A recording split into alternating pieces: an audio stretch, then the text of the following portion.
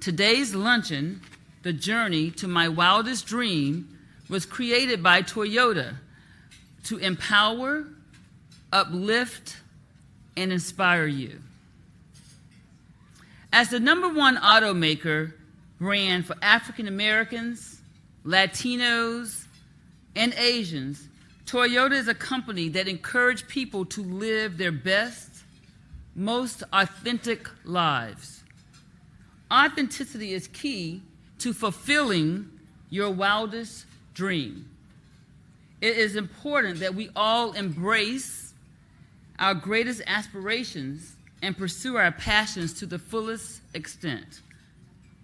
With that said, be present and open today.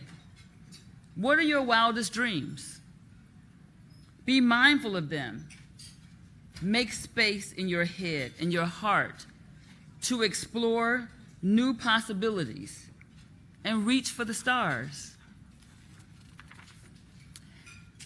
On behalf of the Toyota family, thank you for joining us and enjoy the rest of your experience at this convention.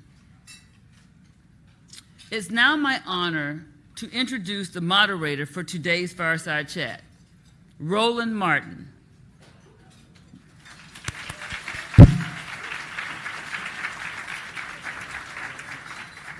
Roland Martin is no stranger to this audience. He's one of the nation's leading and most influential Black voices in our country. You might know him from TV One, CNN, News One Now, Washington Unwatched with Roland S. Martin, hashtag Roland Martin Unfiltered, or his social media. Roland is the consummate professional, well respected for his educated, passionate, and honest approach to journalism. We are thrilled to have him here with us today to lead what will be truly an exciting discussion with our guest of honor, Tamron Hall. With that, I now turn it over to Roland. Thank you. All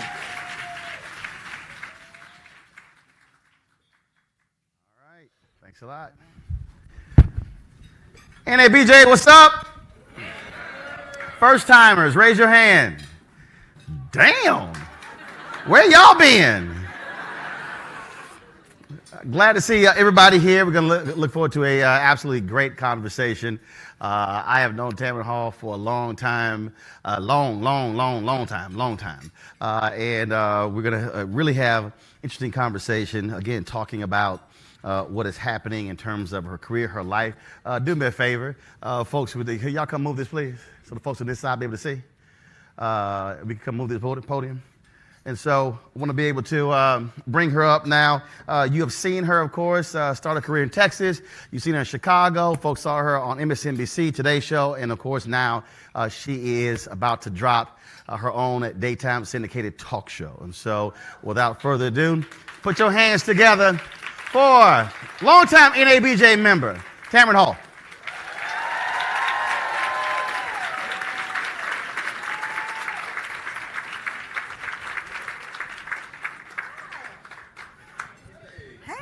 All right, I changed the rules. I got better light here, so I'm going to let you sit here. Oh, thank you. Yeah, I figured you wanted a better seat That's so versus in the dark over here. You didn't know the king and queen of Zamunda were coming, did you?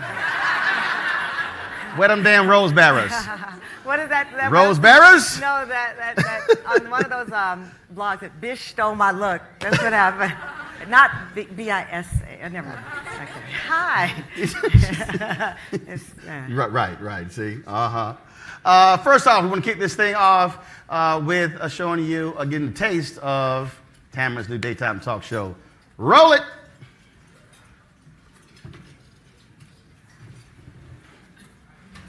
Press play. Ups, the Turn downs. it up. We want to talk about who we are. People are people. They want you to respect them. They want you to be interested in their lives. We have more in common than we have different. And I love what TV can do, the power of sharing your authentic journey. Give me something real, something I can feel. We have a chance to let you know that someone in Illinois is going through the same thing as somebody in Alabama. That's life.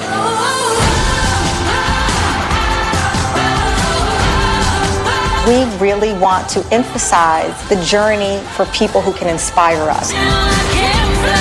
We want you to talk about your life. So let's talk about it.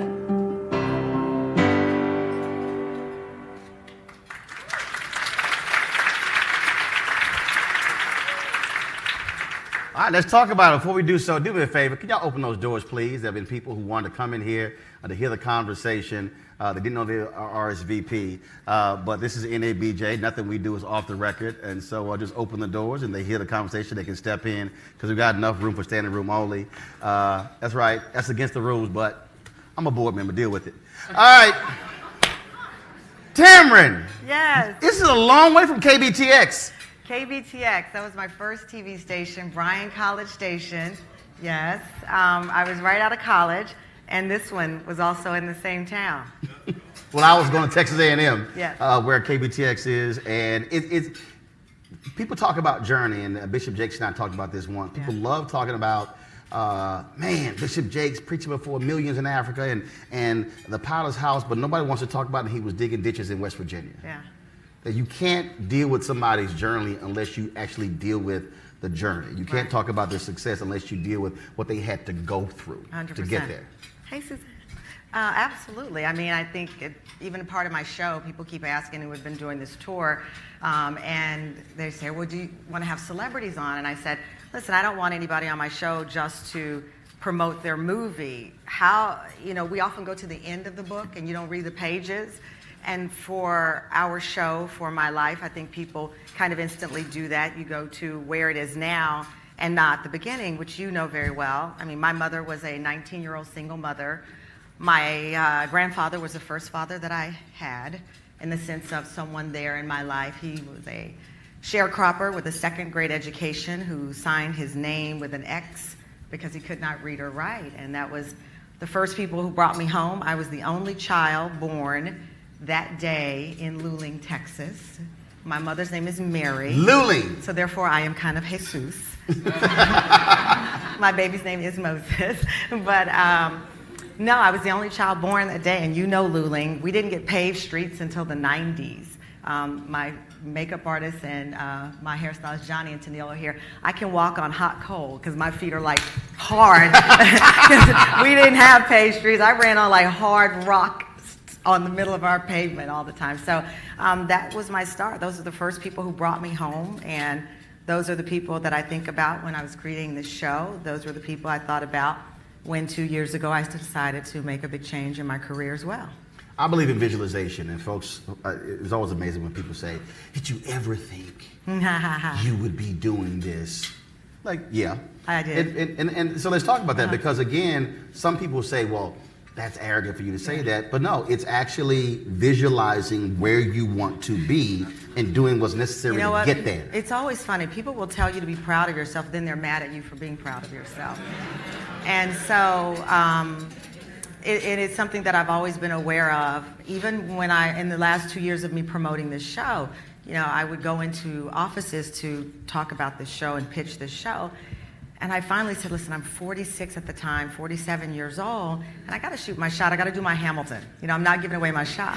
And so I would go into these meetings, and I wouldn't assume you knew anything about me, and I wouldn't care if you were bothered that I was talking too much about me. So I would go in and say, this is what I did, this is who I am, this is why I believe I should have a seat at the table. And I hadn't always been confident in doing that, because being a black woman in this business, being a woman in this business, being a black person in this business, I don't want to... Hell, just being black. Period. As the city girls say, period. It is not easy, and you and I know, I mean, we started out together in Texas A&M area, but I replaced the same black woman 2 times at 2 different stations. The first time I replaced her, I had no idea. It was at KTVT, Channel 11, Dallas-Fort Worth, which actually now, and I've never told this story publicly, they actually fired me, and now they're carrying my TV show, which is genius. But I did, I mean, I never told you I got fired. See, that's where you go. What y'all gonna say now? You flex a little. That's not my nature. Yeah, right. It's not. It is not. Okay. I let people like you do that for me. You know I do it, and I do it for you too. Yeah, he does. He does. I left KTVT, and then I went to WFLD, which is the affiliate in Chicago. And I remember seeing the woman again. We locked eyes. And it makes me emotional. I'm so sorry. This baby hormones, they get me when I tell certain stories. I saw her, and we locked eyes. And she knew she was gone, and I knew I was going to replace her. I cry now at everything. It's so crazy. Don't have a baby. It's a side effect. Thank you, Johnny. But the reality is there are other sisters who've had to do the exact same thing. Yeah. And their brothers as well. When we come in, it's like, okay, bullseye, because in many of these places, they don't want more than one or two. And it trains you in many ways to be unintentionally adversarial. I remember at another station I worked at, well, it was at the WFLD station as well. There was an African-American woman who did the mornings, and she, through just the conditioning of how this business can work, instantly thought I was going to replace her. We you know, here we are, and we're like, we're friends, but we're not friends, you know, and we all know those relationships because we're both we're ambitious appropriately, right, but we're being put in a situation where we know there's only going to be one of us. Well, she thought it would be me. It turned out they replaced her, and this never happens. They replaced her with a white guy. And that whole 4 years that we knew each other, we never really got to know each other because we were placed in this position to believe that it was like, you know, one of those Thunderdome things that only one of us was going to walk out of there with that job. And when that happens, I think for a lot of people, they don't know how to deal with that. No. I mean, in 2012, I mean, I knew for a fact that was a meeting, and in the meeting it said, we need to hire us another Roland Martin. They said, well, we already have one. They said, no, we need to hire us another Roland Martin. So when they hired Vann Jones, I called, me and Vann talked about this publicly, y'all, and I called Vann and said, first of all, they will not have 2 black men fighting each other. I said, so They're not going to use me in the political season. They're going to use you. I said, but here's the deal. They're throwing you on television and you're unprepared. So I'm gonna help you and train you how to do TV. Wow. I said, they will not have us fighting each other. So I knew the game. So I wasn't tripping on that, but we have to take it upon ourselves not to fall into that trap where we are fighting one another and somebody else is watching it and gaining pleasure. Well, you know, listen, Joy Reid and I have always been very good friends from day one. And when I knew I was going to leave my prior job, I called her first, and I knew she was in the process of going through some changes, all positive, but I knew I could provide her with some information of leverage, and I called her first, and I said, this is what's going down, because I wanted her to be as powerful and as strong as she needed to be for the journey that she's on. But I didn't always know that. When I was, 27, starting out, and there's this other black woman, it's me, I don't know that we're really supposed to be having this meeting off to the side and saying to one another, here's what's happening and here's what's not happening. And I don't think that that is conspiring. I don't think that that is conspiratorial or a secret society of black journalists that are talking to each other. It's just people protecting people who are going through a similar journey. I strongly believe that, we don't talk enough about, listen, Don Lemon and I are on the shadiest text group ever. You don't want, let me tell you, one day I said, Don, I'm just going to publish this to me, I'll be so rich. But it is important to be vulnerable. Jamil Hill, when I left, we had our little secret girl lunch, and we talked, and she said, as black women, we're not allowed to, be weak, especially on air. We have to be strong. Suzanne and I are very, very close, and so we share these honest moments, and that's what I would encourage you to do as well. If there are other people at your job, that are of color, they're going through this similar thing, and that has gotten me through this 2-year break on this journey that I'm on, was finally saying, okay, I don't have to suffer in silence. I don't have to armor up. I can be honest with my brothers and sisters in this business who are going through the same thing, and if I can share, and that's why I came here today. We just got back from we're on a 20-city tour, and we're spending, I haven't seen my child in like 5 or 6 days, which is a long time, and these baby hormones. And so we were just in LA, and I wanted to come here because you are a part of my journey, and I know what it means. When I saw Iola Johnson at WFAA, Channel 8, the first black woman to ever anchor the news in Dallas-Fort Worth. In Texas. In Texas, in the whole state. And I remember seeing her, and my dad said, that can be you. And I'm like, what? And then much later in life, Connie Chung, Ann Curry's a great friend of mine, another woman of color. My dad was like, that can be you. And I'm like, Dad, she's Asian. He was like, you don't get the point, do you? This is why you're a C student. I'm like, yes. But that representation matters very much. I met a young girl, we were in LA yesterday. She has autism. And she said to me, I want to be the first news anchor with autism because I want kids to see me do this. And I'm like, you know what, do it.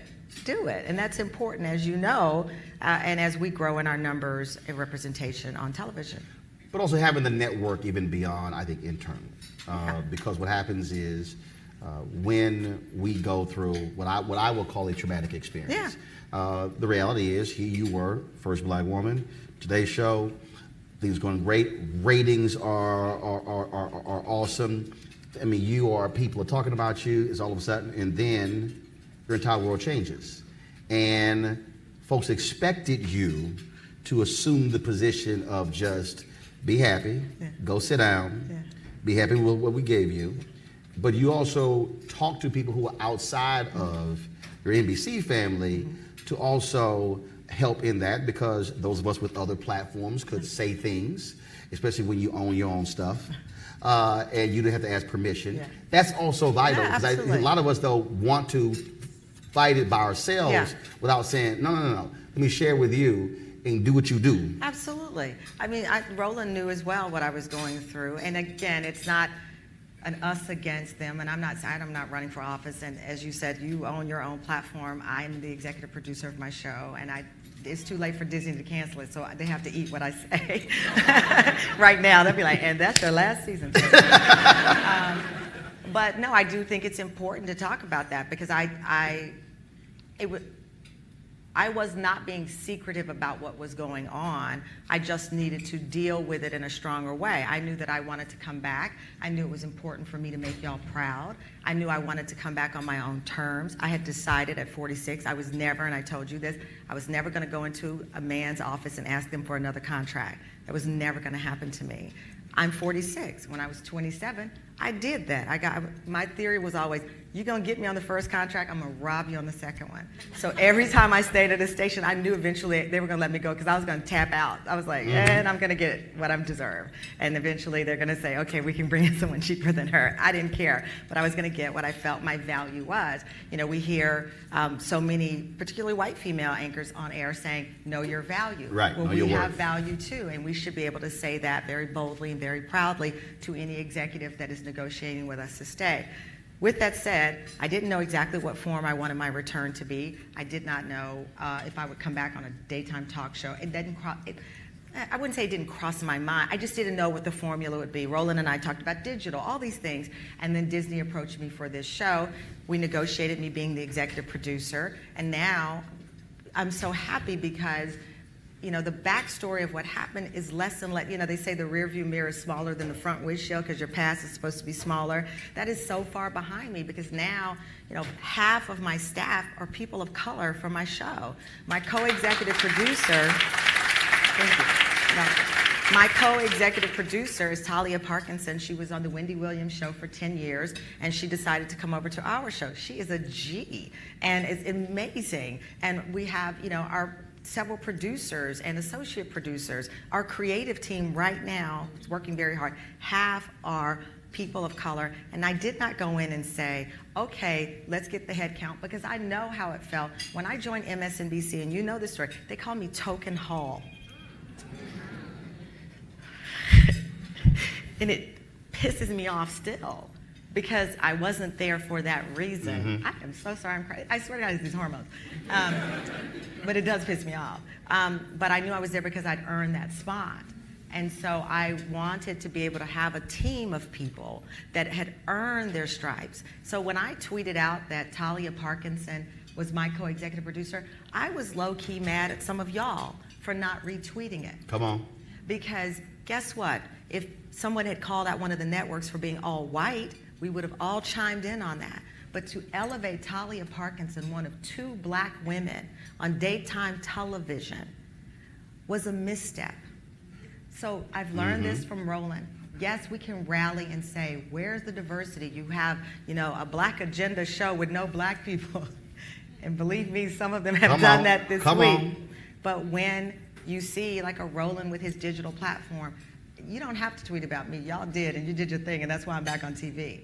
But there's so many other. That's why when I go to a station, I follow the anchors that are of color and the white ones, but you know why I'm following you, because we do need to root each other on extra. And I think that when I saw that day, and I tweeted out Talia and Corinne, 2 black women, one moved from LA to join the show, I didn't want you to retweet it because of me, because of my show. What's going to happen to me is going to happen to me. But I did feel that there was a misstep, that we don't elevate each other enough when there is good stuff to celebrate. Because if they see you support Talia, they're going to know how important it is to have another Talia in your newsrooms. But if we just shrug it off and only complain, that's what it will be perceived as. And I'm just being honest with you on that. All right, folks, back to our Roland Martin Unfiltered video in just one moment. Hi, I'm Curtis Harmon of Pieces of a Dream, inviting you to join me and my partner James Lloyd in beautiful Cabo San Lucas for Life Lux Jazz. The dates are November 7th through the 11th, and we'll be in concert with people like Kurt Whalen, Shalea, Donnie McClurkin, Average White Band, and many, many more. So you guys are going to want to save this date because this is going to be a blast. Hope to see you there. God bless.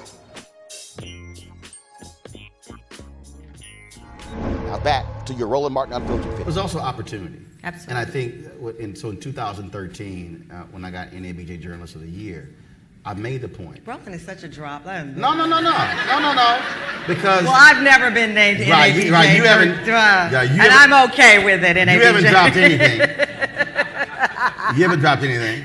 But when I stood there, I said, many of us have passed up great opportunities because of the size of letters on the business card.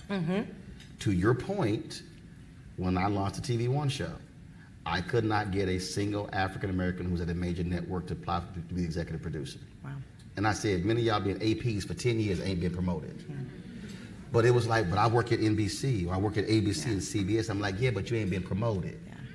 Yeah. And so It's a tough call. It's a tough decision to make. Yeah. But it's seizing the opportunity. The reason I'm saying seizing the opportunity, you were in a position where you could have still worked there, taken the salary, but you said, no, I am not being treated well. I know there's something else for me, and I'm leaving.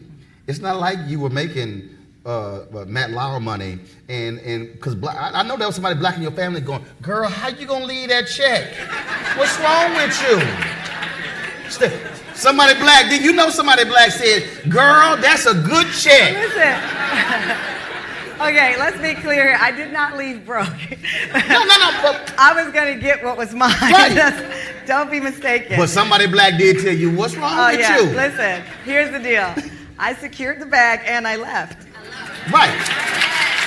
Which allowed you to be able to make that decision. Yes, absolutely. Listen, but I'm being very honest with you as well. I mean, we laugh and joke, and I do feel like I'm with family, and I can tell you, if I don't know your names, and I hope to meet many of you, if that were 10 years prior, I would not have been able to do that. My father had just died. My mother was now depending on me. I had different responsibilities. And even now, I have a child. If this had happened now, I would. So I do appreciate the support, and I appreciate that people are like, yeah. I mean, as I said to somebody, I live in Harlem. I walk down the street every day. They're like, get them, girl. I'm like, hey, we gonna do this, you know? And so I appreciate all of that, but I'm also a realist. We have bills to pay. I don't have a backup plan. I don't have an estate. My name is not on any libraries. Nobody in my family has a library in their name up there. So I'm my backup plan. Right. My mother said, you can do all bad all by yourself. Well, I am by myself at that time. And so I had an opening, and there was a window. And I went home that day. It was a Tuesday. And I decided it's a sliver. Let me take that leap of faith. And that was also God. You know, we both grew up in very, very spiritual and religious families, and I had to take that leap of faith and not worry about the financial part of it, because I had the opening that God provided for me not to have to worry about it. But something else also happened. Anger? No, Your I'm phone. Well, no, I'm kidding. I wasn't. I really wasn't. But something else also happened. That is, your phone also didn't stop ringing. Well. But no, what I mean by that is, there were things that you were still emceeing, were still, which meant that you had put in the work and cultivated a relationship with your people. Absolutely. That when you were no longer on TV, you still got called. Absolutely. Listen, it was also, you know, and many of you are young in the business as well, I took jobs that other people did not want, but I made them my own. You know, I remember getting a call. They were like, we need somebody to host this show called The Sister Wives. It's a Mormon, and he's got 5 wives and 17 kids. And I'm like, how much they paying? And they said the number, and I'm like, bip, bip, bip. They were like, done. I'm like, and I'm on the plane. And I hosted this show for 6 seasons, but I ended up getting an incredible advantage out of it. Here's the deal. They went on to win a Supreme Court decision on cohabitation. And so they went from being these reality people to actually news story. So then they have all these ratings, and now I'm associated with it. Boom, that's something on my resume. MSNBC, okay, we want to bring you in to do the Today Show, but we don't have an opening right now. We're going to give you MSNBC some random hour. Okay, I'll take it, fine, boom. The Today Show finally comes around, and then they say, okay, we will only let you really do the weekends, fill in at that time. And you know, so you think, oh, it's the Weekend Today Show. Really, it is unpaid labor, but it's awesome, so take it. I take it, boom. And then Deadline Crime, I'm in a meeting. They wanted me to do something for the OWN network with Oprah, but we weren't sure what it was. They said Deadline Crime, this organic conversation about what happened to my sister. My sister was murdered. I have an interest in talking to people who've gone through this. Boom, we got that. Then there was Bear Grylls, and they're like, okay, Bear Grylls, this guy I don't know from Britain takes people out in the wild. Well, they want you to jump out of plane side. I was like, how much they paying? Oh, I'm in. I was like, am I gonna die? No, you're not gonna die. Boom. Then they're like, Macy's 4th of July parade. I'm like, I like being off on 4th of July. Oh, but how much they paying? I'm like, I want to go to Essence Fest. Essence ain't paying me. They are. Boom. Boom. So now I end up on 4 networks. Somebody gonna make a shirt. How much they paying? And so, you know, all while I hope maintaining my journalistic integrity, because I'm still a journalist, but now I'm in infotainment because there's nothing journalistic about the Macy's 4th of July parade. So I'm not going to pretend there is, but I'm doing it. And so before you know it, here's what I was accumulating. Audiences from all different places that I did not realize. So just as I live in Harlem and women are walking past me saying, do it, now I'm in Oklahoma in the middle of, I don't know where woods, and a white woman straight from Central Casting is like, Tamra, I love you, girl. Isn't that funny as hell? I just love you. And I'm like, that's a deep draw. Yeah, and then people are like, did you really go out in the wild? Yes. Did you do this? And so I have this organic following of diverse people that we then transfer in hopes of this show. I did not know that at the time, but I will tell you, take those openings, take those jobs, take those appearances, and cultivate your own audience. Because if this were 15 years before, I would leave the Today Show, you would never heard of me again. Be like, oh, whatever happened to Tamron Hall? Well, I kept on social media. I kept giving speeches. I kept talking to you, Susanna, and all of my friends, and we're just cultivating this brand because I knew the importance of my value. I knew that when I went to Chicago, my very first time on air, I then went to a cafeteria because I had no money, and I went up to the water tower to get lunch, and this black woman said, you that new black girl on Fox, aren't you? I said, yeah. She said, get him.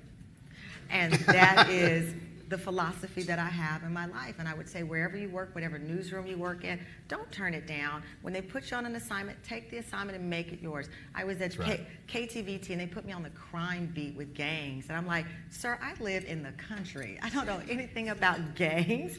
I owned it and got 2 huge exclusives with, you know, this Mexican gang cartel that everybody was talking about. My point is not to just keep spouting my resume off.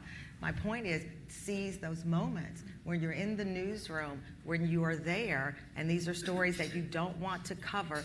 Own them, make them yours, and I promise you, at some point in this journey, that will be a reward. You will arm yourself with something that will get you the contract and the spot you want. You will not come back and tell me different. Let's talk about power. I had a former staffer who said, I really want to be on air. I said, and she really could be a phenomenal EP one day. Right. And I said, who has more power?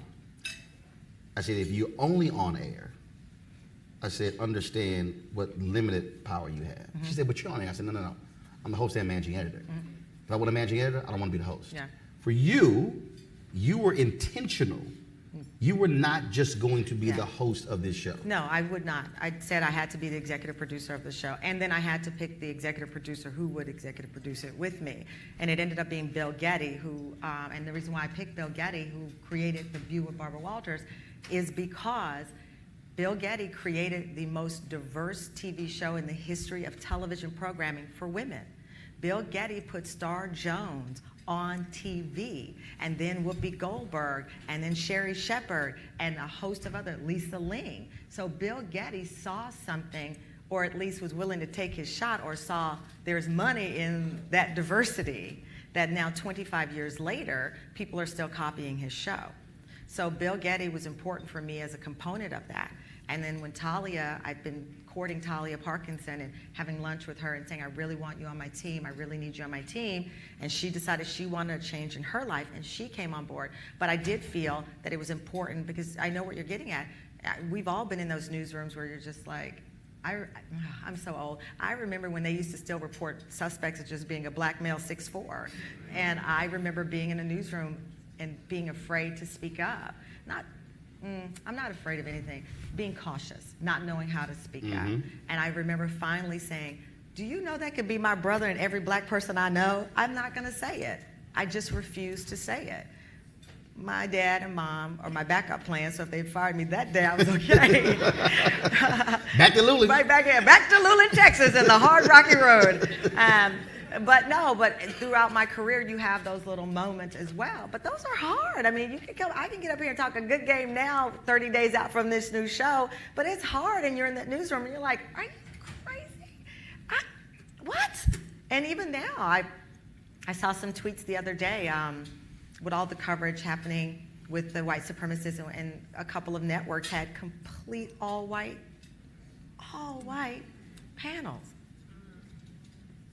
That's incredible. Which meant that control room was virtually all white, and that executive suite was all white, which is also why NABJ, we're putting folks on notice. You will get a phone call, and Well, if you get but called at out. some point the phone calls have to turn into something else, though. Precisely. Yeah. And but it's putting a level of pressure. Yeah. When I And mentioned- you apply pressure well. Just a little bit. When I talked about the intentionalities, you're being intentional. Mm-hmm. You also didn't just say we're going to be intentional with top level. That is, you need next generation people. Yeah. So they also, the folks you hire, have to be intentional. That's the only way you Absolutely. change the game. Absolutely. Spike Lee told folks in Hollywood, when the team he did Malcolm X, and the Teamster said, no. He said, no trucks are moving unless we drive the trucks. Yeah. He said, the fruit of Islam will be here every day until y'all go hire some black people. I'm very lucky. I think that when I went into my partnership with Disney, they really kind of had heard about me, and they knew what my intentions were. And I thought it was very, very important for me to also bring to their attention, and you know this is on, when we talk about equality in the workplace, it is often skewed toward white women. With pay equity is often skewed toward white women. And it was very important to me that I said that to the white women on my staff as well, that look, you guys are talking about how you're being treated in the news business like we are not experiencing these same things. You know, we are being sexually harassed, we are being underpaid, so please don't make this a white woman's problem in the newsroom. It's a woman's problem in the newsroom. And that was important for me when I was putting this staff together. It was also important for me to have a lot of young people. Many of you know I was very, very close to Prince. And Prince used to say he doesn't hang out with anybody over 45. And I was like, that is age discrimination. He was like, but what he meant was he wanted to keep that young energy, that young flow, those young ideas in the system. And that's why you would see his last band, Third Eye Girl, they were all very young. And so I appreciated that as well, as I am old and being discriminated against somebody my age, but I want to make sure that there's a pipeline on our show as well, that we're not just hiring young people to be the also rans, and we're not just hiring young people to be the lower level. I want you in there actually in a position that matters. Talk about black love. Explain what it feels like when you walk out in public and you're going through airports and people show you love. Yeah. But black people, it's a different kind of love. You know how I know y'all love me? Because I married a white guy and you still love me. That man over there was like, and scene, I'm not I didn't know that. And then she tells me 5 times in the green room, don't be sitting there getting me in trouble, saying stuff, and you over here. No, but that is something I will talk about on my show as well. But no, black love is incredible. It is not lost on me. I have a hard time even looking around the room because I see all of these loving eyes looking back at me, and I don't deserve it because I'm just a person. But it is important to me, and I am going to have to get some alcohol. I am emotional. I feel like I'm with family. You need to get home and see your baby. I know. It's been 5 days. It's been 5 days without little Moses. But no, you guys have, you ladies and gentlemen, I don't like to use, Cicely Tyson said, remember she said, don't you call anybody God. She has a whole rant. You don't ever want to get hemmed up by Cicely Tyson. You do not. God. So you ladies and gentlemen have always been so supportive and rooting for me. And I told my mother one day, I said, they're rooting for me because we want someone to root for us. Yep. We all Yep. do. You root for someone because you're like, if I'm down, I want you to root for me too, you know? And so for me, I think that's what it was. But absolutely, it was, listen, the day I made the churn out of my career and I woke up the next morning, I didn't know what to expect.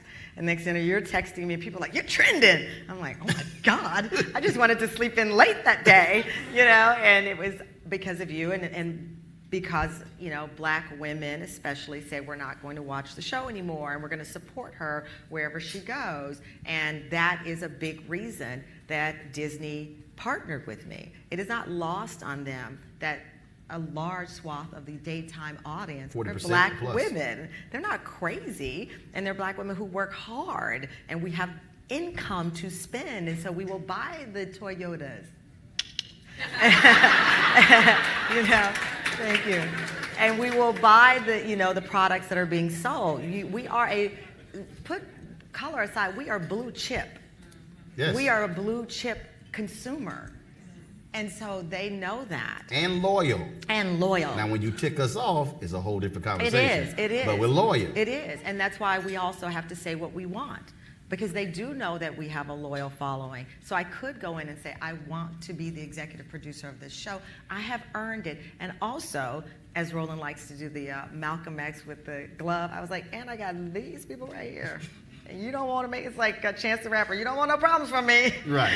That is my, of course, the favorite scene when the guy's like, you came and got what you want.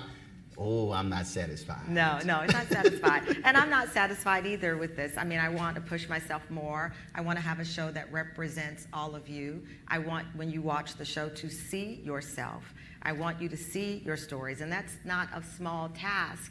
But I hope that I've assembled a great team of producers and people, and I've been very transparent with Disney about who I am and who I want to be. Another short story, and Johnny and Tennille know this, they wanted me to do an article in a magazine, and they were having their own stylist. And they sent like a bunch of jeans and like plain square t-shirts. And I said, I don't dress like that. And I said, but more important, I'm not going to shrink myself for white women to like me. And I said that not to diss white women, but there's a stereotype that some of the magazine editors, we're gonna have to shrink you down. You know, no, the hair can't be that spiky. Okay, your clothes too bright, Roland. And then, I don't give a damn. And sometimes people will try to assimilate you and make you palatable. Yep. Disney did not try to do that because they said people like her the way she is. Black people like her the way she is. White women like her the way she is. She's aspirational. She's now a 48-year-old mom. She's from a small town. I found the right partners. And that's also a big part of the journey, right. Finding the right networks, the right newsrooms, because obviously all white news directors are not bad. They're not gonna all shuffle you out the door like I was. But I wasn't shuffled out the door, I left, that's a joke. When you show people who you are, they're either gonna take you or leave you. Right. And if they leave you, you'll find somewhere else. We were in NABJ, we were in a meeting with ABC News, and they were like, diversity is really important. I'm like, yeah, especially the Black Panther made $1.1 billion for y'all. Yeah, they looked at me, I was like, well, look, listen, but it caused folks to say. I call BS on it because Waiting to Exhale was a blockbuster and we never saw that again. Right, but first of all, we what have you to had there demand was, it and create you had it. every 10 years of romantic comedy. What happened there was, what I'm saying is, when someone tells me diversity matters, I'm like, yes. I'm going to point how you made so much money and to go, and now let's what see else? it in other parts of the company. Exactly, and that's the important follow-up to it as well. We had one particular market that we were selling the show in, and it's a major market, a stereotypical liberal market. And I think I told you a story. And there was a general manager who said, well, this other black host didn't make it. So I don't think white people in this big city want to see a black host. And they passed on our show. Well, we were picked up by a better station in that market, turns out. But, even, and I said to the team at that time, I said, well, so then does that mean if a white show fails, we will never see white people on TV again? That is ridiculous. Because Jennifer Aniston been in 10 romantic comedies, they all suck. Is she gonna get another one? So even I'm saying that, I ain't got a problem saying it, because to that point, you mentioned Waiting to Exhale. Yeah.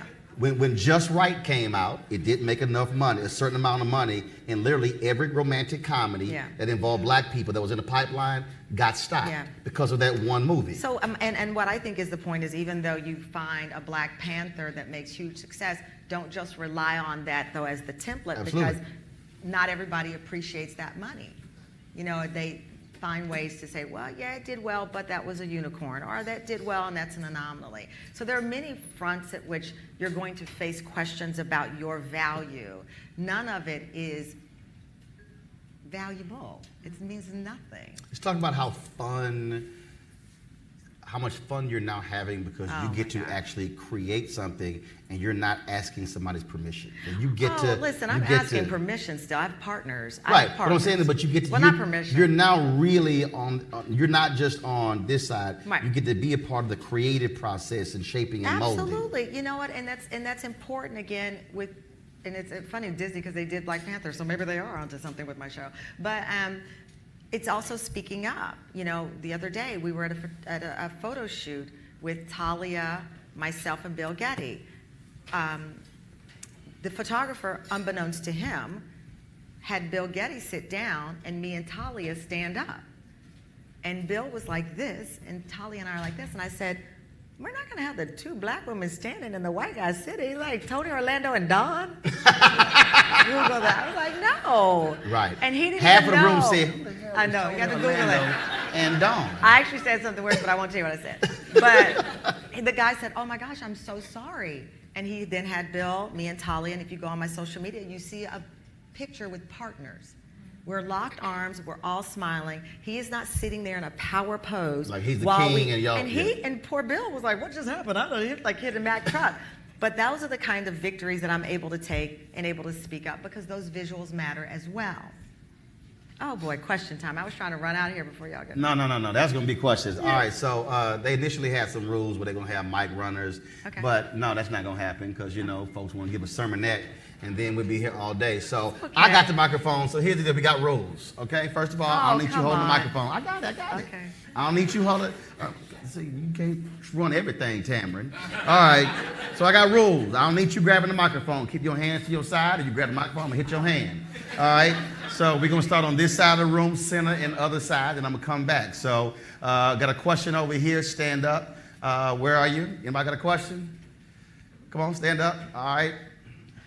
Name, where you're from, then your question. Oh my God. All right, folks, back to our Roland Martin Unfiltered video in just one moment. All right, folks, you've heard me talk a lot about marijuanastock.org. Why? Because I want to keep you informed of investment opportunities that make sense. We've all watched the growth of the cannabis industry. A recent report by New Frontier Data estimates the global cannabis market at more than $340 billion. We know that marijuana legalization is sweeping the country state by state. We also know that marijuana has a good cousin, the hemp plant, with a much higher concentration of CBD. That means hemp gives you all of the medical benefits of marijuana without getting you high. Until recently, hemp farming was practically illegal in the United States and heavily regulated by the DEA. However, the 2018 Farm Bill changed all of that, making it legal to grow hemp CBD in the U.S. and creating one of the largest commodities worldwide. Folks, they need land to grow all of the plants. This is not rocket science. It's real simple. It's an incredible investment opportunity, and that's where our friends at 420 Real Estate come in. Their business model is simple. They buy land that supports hemp CBD grow operations and lease it to licensed, high-paying tenants. That's right, they are hemp CBD landlords, and you can get in on the action. My friends at 420 Real Estate decided to do something special for the Roland Martin Unfiltered fan base. Originally, the minimum investment level was $500. Right now, you can invest in this crowdfunding campaign for as little as $200. That's right, anywhere from $200 up to $10,000. Let me recap. This is a $340 billion industry that is still growing. And you can participate with as little as $200. To invest, go to marijuanastock.org. That's marijuanastock.org. Get in the game and get in the game now. Now back to your Roland Martin Unfiltered video. So, my old school, Phil Donahue. My hands are right here. Put them behind your back. Assume the position. There you go. Go ahead. Hi, Tamron. I'm Jessica Larche. I'm at the CBS affiliate in Norfolk, Virginia, and we are running your show. Yay, so excited. I have a question, and we talk a lot about identity and how we define ourselves, and especially in TV, sometimes we identify ourselves by the role that we have. Yeah. In that 2-year period, what type of soul searching did you do to define who you are separate from what you do?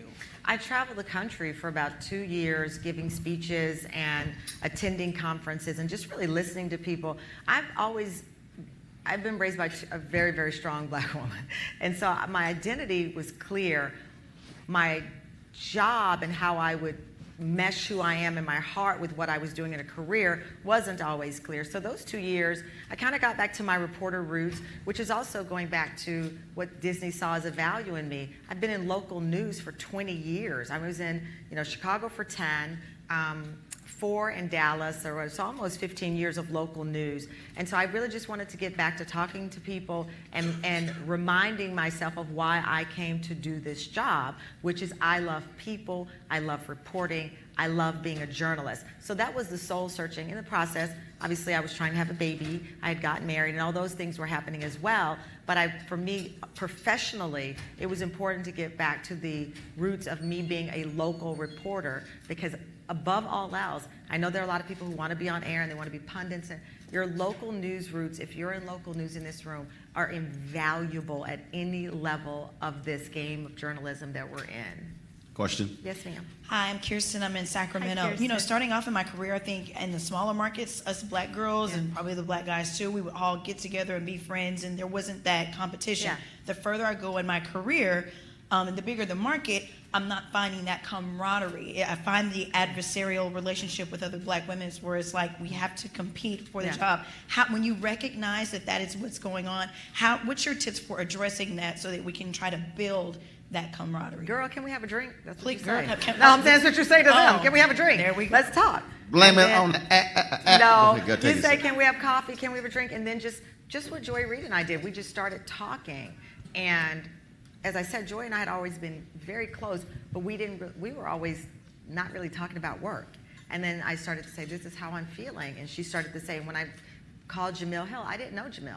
I DM'd her. I think we were DMing each other or something. And then I said, you're going to be in New York. Let's have drinks. Cory, I was in LA. She saw on Twitter, on Instagram, I was in LA. She was like, you're in LA, let's have a drink. Da, da, da. So that's kind of how those relationships, but yeah, it's the same with anything else. The minute you talk to someone, I tell people, once you rip off the mask, they rip off the mask, and you can actually have a conversation. That applies in any part of your life. And that was I wish I had known that at 27, because that would have made the journey in this business a lot easier, because there were times I did feel alone. And when I left that day at the old show that I was on, I remember telling Roland and some other people, I said, I have to leave because I don't want the young women who are journalists to look and say, if it can happen to Tamron Hall, I don't stand a chance. And that's why I left. And I told all of them that day, I said, I can't live with myself. If they see me eat this, what will I do? And so as a result, I have my own talk show now, and I have this future that I hope is so bright. I'm not upset about the past, and I don't say that to be, what would Jesus do moment, because I'm not that great. If I'm mad at you, I'm mad at you usually for life. But I wasn't mad. And he will tell you that. I'm with you on that one. Yeah, I left there with God telling me that there was something else. And so for me, I think it's important for you to just open up, because you can't do it alone. What also has to happen when someone goes through that similar experience, you got to have people around you who, out of the blue, how you doing today? Yes, absolutely. Because, every now and then I'm like, Tamron, you good? He said, you're good? Because there were people who called me and they'd be like, oh my God. And I said, who died? Nobody died. I mean, listen, I had lost the spot, but I didn't lose my soul. And so I can fight again. I can live to fight another day, and it's okay. Let's just move forward. Let's look ahead. And looking ahead, again, led to 9/9/19. I sound like Herman Cain, 9/9/9. That's the day. September 9th is the day that I will be, in a sense, born again. Question. Good afternoon, Ms. Tamron Hello. Hall. My name is Malie, and I am a freelance entertainment journalist. So my question is a very simple question, because I admire the way you compose yourself as a woman. And my question is, what books have you read along your journey to get to where you are today? I am not that smart. I'm sorry. You read a couple of I am books. more Nopra than Oprah. I'm more magazine than book. No. I have a book that I read. It's called The Path of Light. It's called The Path of Light, and it talks about the universe conspiring to give you exactly what you want. When they say, ask God and you shall receive, there are things you ask and you don't get it, usually because you really didn't want it. But the universe will conspire. And it also talks about, and this is one of the things that I've shared, when there's no title beneath your name on your card, are you still you? And I decided some years ago, I got this book when I was 18, and I'd read it every time, it sits on the nightstand of my bed right now. But when I was 46, I decided that I would implement what I had been reading in that book. And I'm me, no matter what the card says beneath it. I think about the actor from The Cosby Show. Remember, he was at the Home Depot, and the woman took the picture, and everyone was like, oh, and he said, I'm making a living, and I'm okay. And that's the sensation I had that day when the next chapter of my life was to start. I was going to be okay, whether it said reporter, anchor, whether it said back to KTVT, any of that. I was going to be able to live with myself. But the book is called The Path of Light. Here we go. I think I'm going to hold on to the chair. Hi, Tamron. I'm Keisha Lopez. I'm the weekend anchor, reporter, producer for KWTX. And I'm just curious.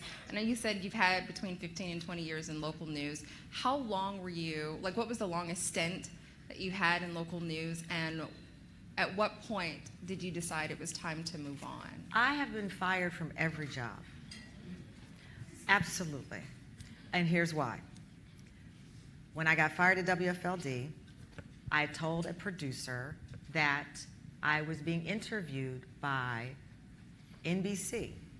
The producer I thought was a friend, who then told the general manager, who then came to me and said, you must sign a new contract today or we're going to let you go. You have to stay here. And I said, I'm out of here. And I left. And so technically, I guess I quit, I don't know, but it didn't end well. The same thing happened at KTVT. I'd been there for 4 years, and they were like, okay, we want you to sign this contract. And I said, well, I think I've been offered a job in San Francisco and Miami and Chicago. Steve Pickett, my darling friend that we know, Steve said, take the job in Chicago. Chicago will have your back forever. And I decided I was going to maybe take the job. I went in to talk to the news director thinking that, I'm just going to have a heart-to-heart. And they were like, sign the contract or, it's done. I said, okay. And I left and went to Chicago. But Chicago was for 10 years. And I had been at NBC for 10 years. And right after I left, I ran into Lawrence Fishburne, and whom I don't know only from, Lawrence Fishburne, the famous Lawrence. I don't know him as a friend. I have no idea. I ended up crying on his shoulder, and we're at this event. And I get this point, because I'm just getting advice from everybody. That was pre-baby. You were crying then. No, not like that. I was just asking anybody for advice. I truly was. I was like, give me some insight. How did you make it through? And I wasn't ashamed, because I was embarrassed that I had lost my position, but I was okay, but I needed advice. And Lawrence Fishburne said to me, how long have you been there? And I said, 10 years. He said, that's time. He said it was time. You're either gonna move on to the next thing, or you're going to find a way to make where you are the best possible. It's the math is there. Usually when you're on air, you can get pigeonholed. People will see you as just a reporter when you want to do this, or just entertainment when you want to do that.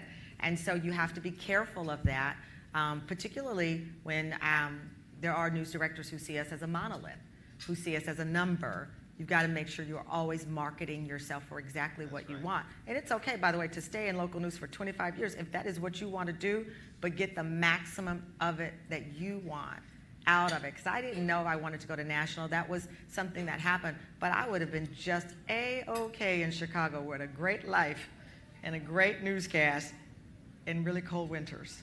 Sorry. I remember Monique had her show on BET. She said, you say stuff on TV, I'm afraid you're going to get fired. I said, Monique, I start every job with the premise, I'm going to get fired anyway. Yeah. So just do what you got to do while you're there and move the hell on when it's time to go. Question. Tamron, my name is Jody Kenny, and I'm a news anchor for Spectrum News in upstate New York, and I'm a veteran journalist. I've been doing this for over 25 years. And I now have branched into podcasting as well. I do a podcast called Success with Jody Kenny, and I talk with people about their journey to success. So I'm very fascinated with you. And I want to get your advice on how women can continue to pivot and what steps we should take to remain relevant as we mature in our careers. It's a tough one. Ann Curry and I have talked about this a lot. I mean, Ann Curry and I probably stayed relevant because people were upset with what happened to us. And we both, though, had done multiple types of jobs. Remember it now, Ann Curry was on Dateline. Remember what I said, take the gig. Ann Curry's on Dateline, then she's doing this. So we had a unique opportunity to take these different jobs. I do think the social media platform clearly is a game changer. Having a podcast is a game changer. In this business, especially on air, you're either going to quit them or they're going to quit you. That is just it. Very rarely do you see, I hope there comes a time where we can turn on the air and see a newswoman on for 40 years. It doesn't happen often. Doesn't mean it can't, but it hasn't. What's it's on the NBC affiliate in New York? She was on for a very long time. Sue Simmons. Sue Simmons? I mean, Sue Simmons is amazing. And she was probably the longest running that I'd ever seen. So for me personally, I concluded you either quit them or they're going to quit you at some point. But I think that right now, especially the power of Black Twitter, the power of Black podcasts, we have an opportunity to have our voices heard in such an important way in digital. And as Roland has pointed out, you can own it. Do I have a perfect answer? I do not. I cannot give you a tidy answer, and I wish I could come up with some great Maya Angelou quote. But what I can tell you is through experience in this last 2 years, people want to read our stories. They want our perspective in this journey as female journalists, as Black journalists. And I think these podcasts, I think keeping current with blogs, we are underestimating how much people want to hear our voices digitally. They just don't want to have us clap back on Twitter. I would dare say, while you have your primary, create your secondary, which 100%. Is your passion, and your secondary may one day equal your primary, and then you have a choice to make. Bill Douglas is here. He worked at McClatchy. He had a hockey blog, and then all of a sudden the NHL said, "We want to hire you," and now he's licensing his blog to NHL, and he left McClatchy. Even when you look at some of the, I remember being on the Today Show and wondering, like, why are all of the YouTubers that were coming on like young white guys? And I'm like, that's interesting. Are we not? And I'm not technologically savvy in that way with the YouTube channels, but I figure, if Logan Paul or whatever can have 90 million, is that his name, right? Logan Paul? About 30 million, making 30 15 million a year. People, then why can't, the counter to him representing a diverse voice have that? So I think that for me, just on the outside looking in and even booking my show now, we're in the process of booking the show and we start our rehearsals in August, that's been something I've pushed my team, like, who is the relevant Black blogger out there? Who is the podcast voice that people are gravitating around? There was that crime series called Serial that everyone, there've been like 4 or 5 from a white point of view right. of those. Lorenz Tate and his brother tried to launch one with Lawrence Fishburne with Spotify. It was like a Black crime novel set in Chicago. But these creative ways that we should be exploring that people are making millions of dollars doing. Yep. So I think that's a way, especially as an aging anchor that I am, I guess, to stay relevant. Question right here. Yeah. Put your hand out. Oh, gosh. Y'all got to lighten up. Oh, you missed that part? No, I'm just used to it. But not right today. Okay. Hi. Casey Jones. I am a reporter in Rochester, New York. First of all, thank you so much for sharing your journey. Absolutely. It means so much to hear it. And it sounds like you've been through a lot to get to where you are. We all have. Everybody in this room, you are Black, you've been through a lot. Of course. So what advice do you give as you're on your journey, going through a lot? Yeah. How do you stay focused, stay positive, keep visualizing yourself living your wildest dreams, despite every challenge that's being thrown at you? Because I know nothing is perfect. I'm not seeking perfection. I know it's not. I know that I may leave here in a minute and be in the corner crying my eyes out because something didn't go the way it was supposed to. I'm not trying to pretend that it's perfect, and I'm not going to sell you. I could come up with some really great quotes and come in here and just start dropping them, be writing them down all day. Tamron Hall once said, "That's not who I am." I remember there was a blog, and very few things get under my skin, but there was an article in a Black female blog. It really hurt me. It was a couple of years ago. I did an interview, and they said something about, when young Black girls come in and talk to me about how hard it is being Black, and I said, I turn them around and I say, come back. Let's not talk about that. I want to know who you are and what you want to do. Because I know the roadblocks in front of you, but if we keep looking at the bump, we will never see the road. And I don't want you just to see the road, I want you to own the road. And there were several black bloggers who then said, Tamron Hall says she just turned people around. I'm like, look, dummy, obviously you know that I did not. I bet you tweeted that too. Look, dummy. I said it to you, and I just flipped up and said it out loud. But I'm thinking, you know very well that I'm not going to turn around a young black woman and say, go back out. It's a figure of speech. What I meant by that was, I don't want to hold you back. I know the bumps. We know the bumps. And we can sit here all day, and I can name every network and name something that happened to someone that looks like you and me there. But I want you not just to be on the road, I want you to own the road. And that's why I said that. I don't want to sit there and you and I talk about how hard it is. I want us to talk about how you are going to run that station you're at. And that's important to me, because the best advice I have ever received in my life did not include, all right, girl, we down. It included, how we gonna get the hell up? Question? Hi, my name is Gloria Brown Marshall. I actually have been on your show a couple of times. I cover the U.S. Supreme Court, a legal correspondent, but I'm also a legal historian, and this year is the 400th anniversary of the arrival of the Africans in Virginia. And I just wanted to know, when it comes to these race issues and how are you going to handle that on your show? Do you have, like, in your mind what you're going to do around these race issues? I know people have handled them different ways on different shows. But I also want to ask, can you do something around the 400th on your show? You know, first of all, I don't know if I can do something on the show about it, not because it's not interesting and not compelling. I want to talk to you more about how we can bring it to a wider audience. Because one of the things that I think is important for my show, like Mixish, we're going to have hopefully the cast of Mixish on, and I said, we're going to talk about what it's like when somebody wrote on my blog, "You're white baby," and how I felt when someone said, "You're white baby Moses." And I said to myself, and Roland knows this, and it's very dicey territory, but I said, wait a minute, Barack Obama's mom is white, but he's our first black president, and I'm black and Moses is white. Help me understand that. And so I'm willing to go out on a limb and talk about anything as it relates to race, because that's my journey, and Disney has not in one way, shape, or form said you can't do that. I do also believe what William Barber, the famous minister that I love and we love so much, said, if we tell our children that this is the worst that we've seen, we're doing a disservice to our children. Because we did watch, as black people, on television, while it wasn't live, it was taped, and our families watched, sprayed with water hoses, beaten. We watch Eric Garner killed on tape. So I don't shy away from talking about anything as it relates to our journey, because I do ultimately want the white woman in Iowa to cry for Tamir Rice, just like we did. And I think with my voice and my platform, I can say, listen, you should be as outraged about Tamir as I am, no matter the color of your skin. So for me, it's about finding a way to bring our voices, our conversations to my show, not just because I'm black, but because I'm black and I know it's important. Got 10 more minutes of questions. We're going to get as many in as possible. My brother, what's up? What's going on? Question time. All right. Hi, Tamron. My name is... You can stand up. I got you. Well, it's kind of low. Just push it up a little bit. You said don't touch it. I appreciate it. My name is Maurice Johnson, and I teach journalism and public relations at the Florida A&M University School of Journalism and Graphic Communication. All right, Rattlers, calm down. My question is,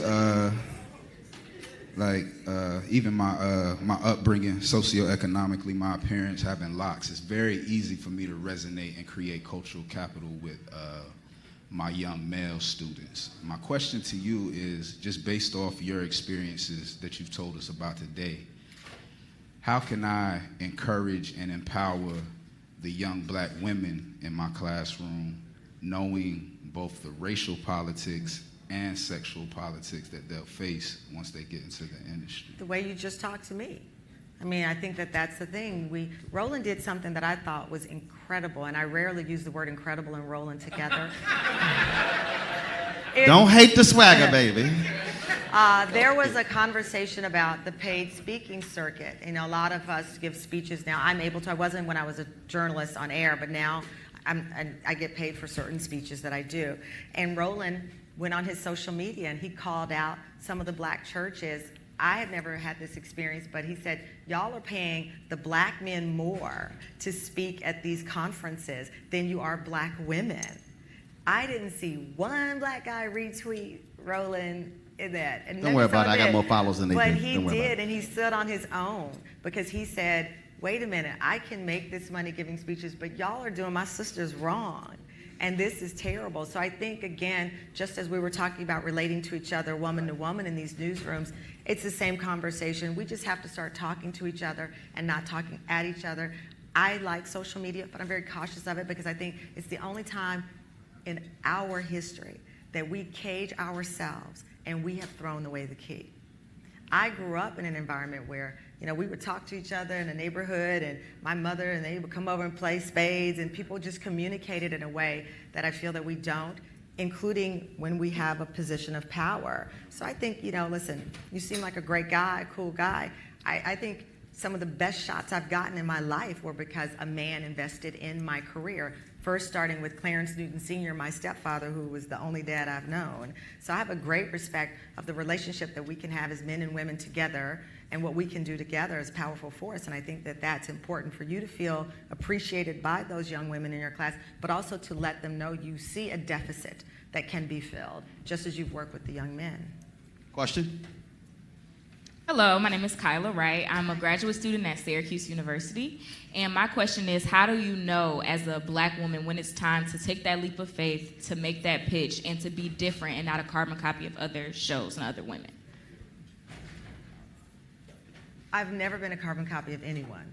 And not because I've had the confidence not to be. I just really had no choice. My mother didn't play that. My mother was like, we are the Joneses. That's who we keep up with. I was like, okay. So the environment I was raised in, but I know it's hard. I mean, I remember when I first cut my hair on air. You know, I now know many women have gone into newsrooms and news directors have said, you should cut your hair like Tamron Hall. But when I first cut my hair like Tamron Hall, it was no bueno. So it's hard to find your identity. I remember I wore my hair natural on air. 2 of my white coworkers pretended they did not see that my hair was different because they simply did not know in 2018 what to say. It was phenomenal. But I didn't get mad at them for it. I still know that there are challenges. My makeup artist and my hairstylists are black because they know how to do my hair and my makeup. And I know I was going in newsrooms where, in particular, one station had a white makeup artist. I was filling in. She didn't know I was on my way to become the host. And I overheard her say something really negative about me and not being bothered with finding my color. She was the first person I had fired because I didn't fire her to flex on her. I fired her because she chose to try to flex on me. And so that's what happened there. So I think that finding your lane, finding who you are is important both on the outside and the inside. I love your braids, and I love that your cultural identity is clear. As far as the leap of faith, only you and God and your heart can determine that. I had no idea, as I said, the day that I took that leap that it was coming. I had some suspicions. There had been some things, you know, they say stay woke, steady creeping. I knew that there were things creeping around, but a leap of faith is so personal. It's so hard. As I said, if it was 10 years prior, I could not have done it. And I have been in the bathroom in my house crying my eyes out saying, these people at KTVT didn't appreciate me. What am I going to do, God? How do I rise above this? How do I find my lane when I know that back in 1998, there were probably 3 other places that I could have worked because nobody was really looking at black female reporters to come into their shops. But you just gotta have that confidence and know that as confident as I appear right now, inside I was nervous walking in here, worried I'd be judged even though y'all rooted for me, worried I wouldn't have the right words, worried I wouldn't have the right food for your soul. But I decided by the second step, I was just gonna be myself. And wherever that lays is where it stays. So I'm gonna go to a question here in a second. See it right now, but I gotta. You gonna say something here? So first, no, you gonna say something. Stop it. So I am a firm, as Tamron knows very well. I'm all about history. I'm all about the folks who made it possible for us to get here. And the reality is, you're looking at one of the legendary figures in the Student Nonviolent Coordinating Committee, Charles Cobb. He is.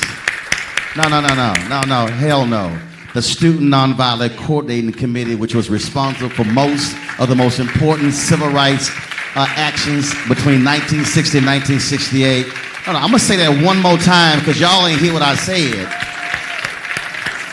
SNCC made it possible for us to sit in this hotel room. So I just wanted Charles to say something wishing Tamron good luck on her show. And Charles, get to hold the mic. I am not prepared to ask a question. I'm thinking furiously. I'm curious, now that I am thinking, about which way you see media going these days. In this era of Trump, where we've seen an upsurge of white supremacist nationalism, we've seen an upsurge of racial prejudice being publicly articulated. It's not clear to me, given it took the media a long time to even call Donald Trump a racist. So I'm curious as to what your thoughts are about where the media is going these days. Good question, Charles. It's a great question. A couple of things I'll tell you. First of all, thank you for everything you did to provide for a path for me and everybody in here. It's not lost on you, Congressman Lewis, and all of the wonderful men and women who put your lives on the line for us. As far as it relates to the current world order that we are in, I believe a couple of things. I covered Timothy McVeigh, Oklahoma City bombing. I'm stunned in this past week how few people have made reference to the young, well-off white man who walked in and blew up that building. So the clock did not start, as you know, because you've been on the clock way longer than me, with the last 2 weeks. Janet Napolitano commissioned a report on the rise of white supremacists well before Donald Trump ever ran for office. So if we trick ourselves, I believe, into believing that the clock started 2 weeks ago, then we are then denying that the whole country watched as the biggest and most deadly act of terrorism carried out on domestic soil. We're pretending Oklahoma did not exist. Timothy McVeigh did a legendary interview where he said of the children, many of them were brown, they were just collateral damage. So for me, the clock doesn't start yesterday. And it's clear that many people haven't heard the message that the media is not run by black people, not mainstream media. So why are we having these conversations with so few of color anchors? And I mean Latino brothers and sisters as well. So the solution is not in my words. The solutions are in the actions that we demand of them.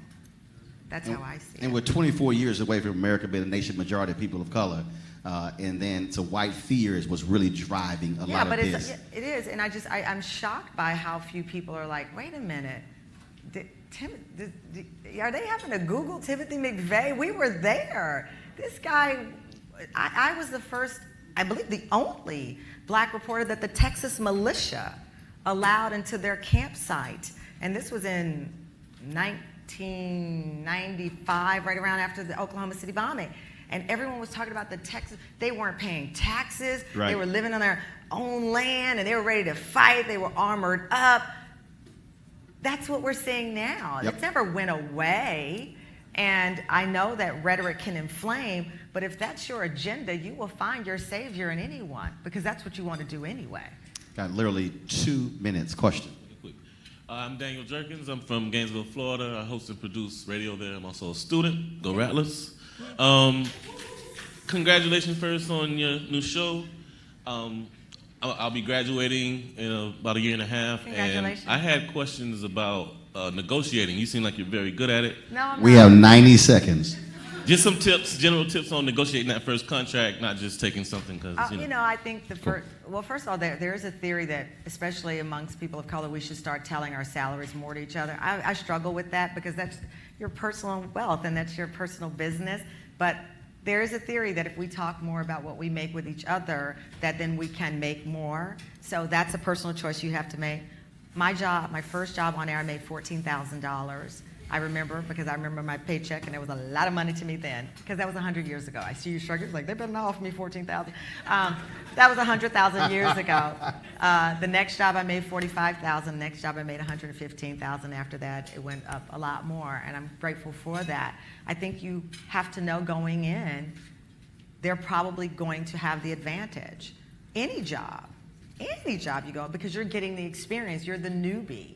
And so I think going in, establishing yourself, and keeping track of what you're doing, so that when it is time to get a new contract at that place or somewhere else, you've kept, I would always go in my ratings, and they would often pretend they didn't know, and I'm like, oh, well, that's funny, because you're a marketing department. I always befriended people in the marketing. I was like this. There you go. And we weren't going to talk anecdotally about my ratings. I knew my ratings. And I had someone say to me, well, do you think the ratings are up because of you? I said, if they were down, you'd say it was because of me. Mm-hmm. So that's how Can I get a witness? Yeah, so, but that grew with time over confidence, because I knew I had the experience. But I knew going in at the first job at KBTX, where I made $14,000, what negotiating power did I have? The best I could do was negotiate with my talent and my hard work and my work ethic once I got the job, and use that as leverage. But keep your ratings, keep track of what you're doing. I also encourage, if you're in local news, do community service that's how you build a relationship. Mm-hmm. Don't just go in and report in that town. Become a part of it. Meals on Wheels, whatever it is. If there's a domestic violence shelter, something that is a passion, because that also makes you valuable to that town you're reporting in, and that gives you leverage when you go in and you say, I have been actively involved with this organization. That take the speeches when they ask you to host events, because they will come to you and say, hey, we have the NAACP thing happening now. You say, yes, I'm doing it, A, because it's my responsibility, B, it's my community, but also it's going to give me leverage to show that I'm not just checking in and checking out. I'm a part of this community, and that's what you're supposed to be compensating me for. I'm ingrained in this community as a journalist and as a citizen of this community. But please make sure you do your community service work. Just don't be the reporter or anchor there. Get involved in something in that town that you're in tomorrow. Find someone and call them, be like, hey, I had heard about you guys doing something at the Y with kids. Let me show up. You look at my resume, every town I was in, including KBTX when I left, they declared a Tamron Hall Day, because I was in there the whole 6 months. They declared a Tamron Hall Day. I have the plaque in my office because I had done so much community service in that town. And it's also good for your soul. You said it real quick, though, but a lot of journalists don't do this. They don't talk to other departments in the building. Because you can get information about your bosses and your job from other folks. Yeah, befriend the people in the human resource. Find that one person, like, girl, what happened? Anybody, right. Anybody black else in the building. What you do? Yeah, I need to holler at you. Not just, but build relationships. And don't, you don't have to assimilate, but you don't also have to isolate yourself. And that's important as well. And the leverage piece is obviously critically important because, again, when they can put you in a very small box, and then when they have no idea. I remember when we signed with CNN, they were like, we don't know what you're getting paid on Tom Jonah, what you're getting paid over here. And then that's why it was like, yes, we can do a contributing deal that's going to be about knowing your worth is not limited to one gender, one race. It's our journey too. We can talk about it all day long, but when you go in there to negotiate, I don't care if your news director is black. I don't care the background of that person. You walk in armored up with your resume, with who you are, what you've done, and your value. September 9th, 2019, Tamron Hall debuts across the country.